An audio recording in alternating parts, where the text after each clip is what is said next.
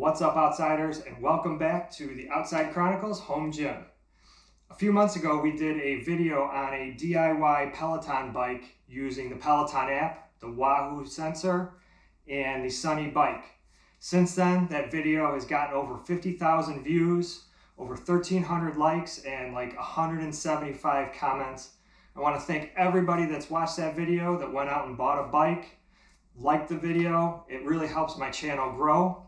And I thought I'd do a follow-up to go over a lot of the questions that came up over and over in the comments, and also show you guys how I adjust the resistance during a Peloton workout. One of the funny questions that we got was kind of off topic. They wanted to know what we built the staircase out of. And I think my wife saw it on Pinterest somewhere.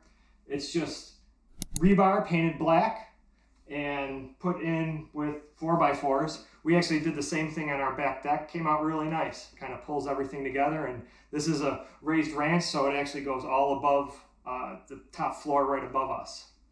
One of the other funny comments that we got was, I thought Steffi Graf was married to Andre Agassi. Although her name is Stephanie, she hates being called Steffi. I don't think she looks much like Steffi Graf. I think she looks more like Jewel. What do you guys think? So one of the questions that we've got over and over was about the pedals. And the stock pedals that come with the bike are these stirrup style pedals where you slip your foot in and then you got a strap to adjust the tightness around your foot. They aren't the SPD style pedals that'll clip in with shoes.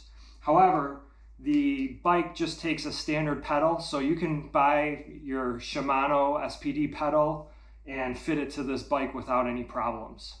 One of the other things that we're asked a bunch is, how loud is the actual bike, and is there any maintenance that you need to do? So we've had the bike for about 2 years, and the only maintenance that I've actually done is oiled the pad, the resistance pad, with 3-in-1 oil. And I haven't done it in a while, so Stephanie, if you can just pedal for a little bit. So this is kind of what it sounds like, not oiled for a while. You can kind of hear the resistance a little bit. To oil it, I just put a couple drops on the flywheel, move it back and forth over the pad, and you'll hear the difference. Okay, go back and forth a couple times. Okay, I can see it's saturated on the pad, so now go ahead and pedal with some resistance.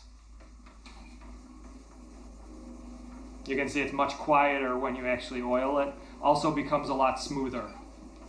We were also asked if we glued the Wahoo sensor to the bike. I don't suggest actually gluing it to the bike. It comes with a little bit of a sticky adhesive on the back. And the reason you don't want to glue it is because you have to change the battery, and it's kind of in a hard spot. You actually have to take the sensor off to change the battery. Where I mounted it is just behind the pedal right here, and we just used some packing tape to keep it secure, and that's seemed to do the job. You could probably use some sort of adhesive like they use, a two-sided tape, but packing tape has worked just fine for us. Then we got a bunch of questions around the capabilities of the Wahoo sensor. And the Wahoo Cadence Sensor tracks your RPM, so that's how many times your pedal is going around the exercise bike. And that's what the instructors on Peloton key you in on. They'll tell you what your cadence should be. This sensor doesn't do speed or mileage. There is a Wahoo sensor for speed. However, it won't really work with indoor exercise bikes because it determines the speed based on the size of the wheel, and all the flywheels are different. And from my research, you really can't use it for the indoor bike. If you want a little bit more telemetry in your workout, you can actually add a heart rate sensor. A Bluetooth heart rate sensor will connect up to the app. You'll be able to get a little bit more information of your heart rate zones in the actual Peloton app. Another question about the Wahoo sensor, does it show your calories burned? No, it doesn't. You would need a heart rate monitor to do that. But if you can sync that up with the Peloton app and it'll show you your calories burned. Or you can use any of your other fitness tracker apps. Wahoo actually comes with a fitness tracker app that has all of the data from all of your devices too.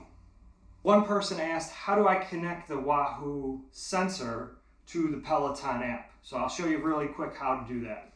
To get the Wahoo sensor to actually show up, first you got to be pedaling because the Wahoo sensor only turns on when it's moving. And then you click this icon that looks kind of like it's an oval with a heart rate inside of it. And you'll see it'll connect to the cadence monitor. Right now I'm not connected because we're not moving. So I'm going to just pedal a little bit. And you see it found the Wahoo Cadence Sensor. Once you have that connected, you'll see the cadence showing up in your upper left corner. Then we had a bunch of questions revolving around the bike and the different Sunny models that they have. This is the 1805. I liked it because of the heavy flywheel. They make a B901, which has a little bit smaller flywheel. It's not rated for the same weight capacity of the rider. Then if you want to step up to the next level, they have what's called the B1002, and that has the magnetic resistance. A lot of people ask what's the difference between this bike that has the friction resistance, the pad, versus the magnetic resistance. And there's a little bit of a price difference. I want to say it was in the neighborhood of $200 to $300 difference depending on when you actually bought the bike. What's going to be the biggest difference is the magnetic is going to be a little bit smoother. It's going to require less maintenance. You don't have to oil it like we did this pad. And you're going to have a little bit finer adjustment as you work on your different resistance points. The question is it worth the extra $200 to $300 to get the magnetic resistance? I would say if money's no option for you, by all means go for the magnetic resistance. If not, this is a great option. We've had it for several years, and just a couple drops of oil every couple of months is really the only maintenance that we need to do to keep it in tip-top shape. The final question I wanted to address is how I adjust resistance based on a Peloton workout. And we're going to show you how. There's really kind of like 4 or 5 different ways that the Peloton instructor asks you to do cadence and resistance. And there's a few workouts that actually work on what's called output. That's the strength of where the real Peloton bike comes in, is they combine both resistance and cadence to come up with this thing called output. And you'll see a couple of the workouts are power workouts that you want to go to a certain output. I'd stay away from those workouts, just go to the normal hit and hills, or they have a bunch of different music genre workouts. Those are all great. I'm going to go over how we set the resistance. All right, so the first instruction that the Peloton instructors will give you is during the warm-up phase, they'll call it a flat road, and they'll say something like 20 to 30 resistance, and your cadence should be around 70 to 80. And that's kind of like your baseline. That's where you're starting with. So what I did to figure this out is I just kind of pedaled, and I'm going to set the resistance really, really light right now. I'm looking at the resistance. I'm going about 75 cadence, but I can feel the flywheel going a little faster. I can almost feel it like it's dragging my legs around. So that means I got to add a little bit of resistance to that. So I'm adding a little bit of resistance. Now it feels right. The flywheel isn't getting away from me, and I'm still at that 70 to 80 resistance, and it feels like a flat road. It's really easy to pedal. Then, as you get through some of the warm-ups on the flat road, they'll kind of crank it up a little bit. They'll say, add 5 to the resistance. And for me, it's about 1/4 of a turn. For you, it might be something a little bit different, because everybody's a little different. Your athletic ability is a little different. Your body weight is a little bit different in each one of these resistances. So you got to kind of figure it out for your level of fitness and your body. So for me, it's about 1/4 of a turn. So when they say add 5, I give it about 1/4 of a turn. Add 5, I give it another 1/4 of a turn. Then the next common resistance and cadence is in that 80 to 90 range, where they say set your resistance to 30 to 40. So this is a little bit faster and a little bit harder than that flat road. And typically they'll match those up with sprints. So I'm gonna go to give it a couple turns and get it to a point where 80 to 90 is, I feel a little bit of a resistance, but it's not super, super hard because this is typically a recovery phase. And then they'll say, okay, ramp it up to a max of 120. So that's pretty much all out on the bike. And a lot of times I'll feel my legs going faster and that flywheel taking my legs with me. So I'll have to give it a couple of turns at that 120 to provide that resistance. And then usually when I come down to the recovery phase at that 80 to 90, I'll keep it at that resistance. So as I ramp up, I don't have to keep cranking back and forth.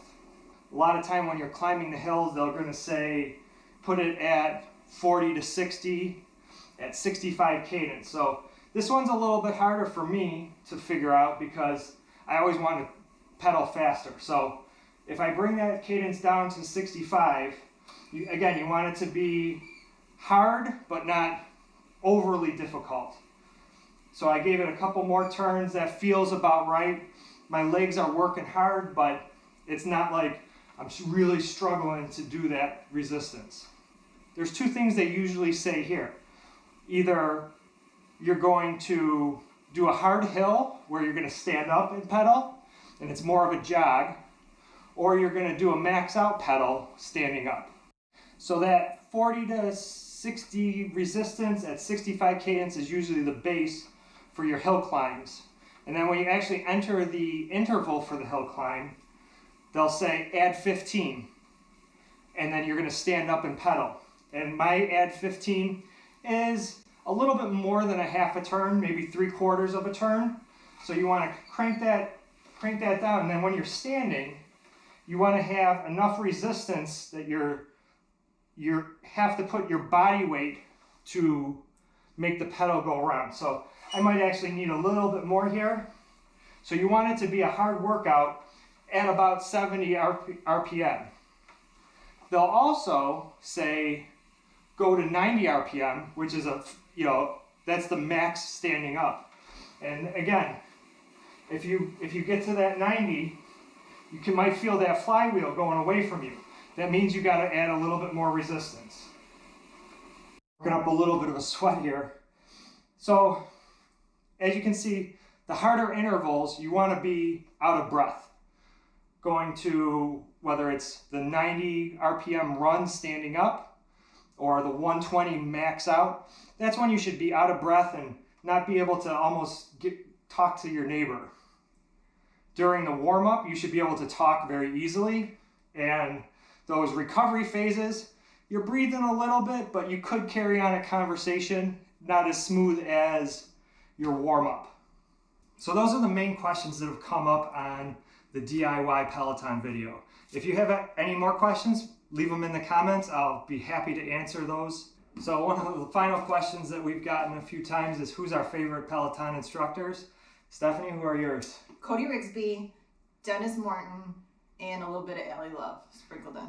And for me, I like Dennis Morton. He's probably my top one. Then Robin. And I think it's a tie for my third. I like Leanne Hamesley and Kendall Toole. Both of them a little different flavor, but I like both of them. So I hope you liked this video. If you did, be sure to click that like button. If you want to see other gear reviews, outdoor adventures, other how-tos, be sure to subscribe to my channel. That's it for now. I'll see you outside. Got it.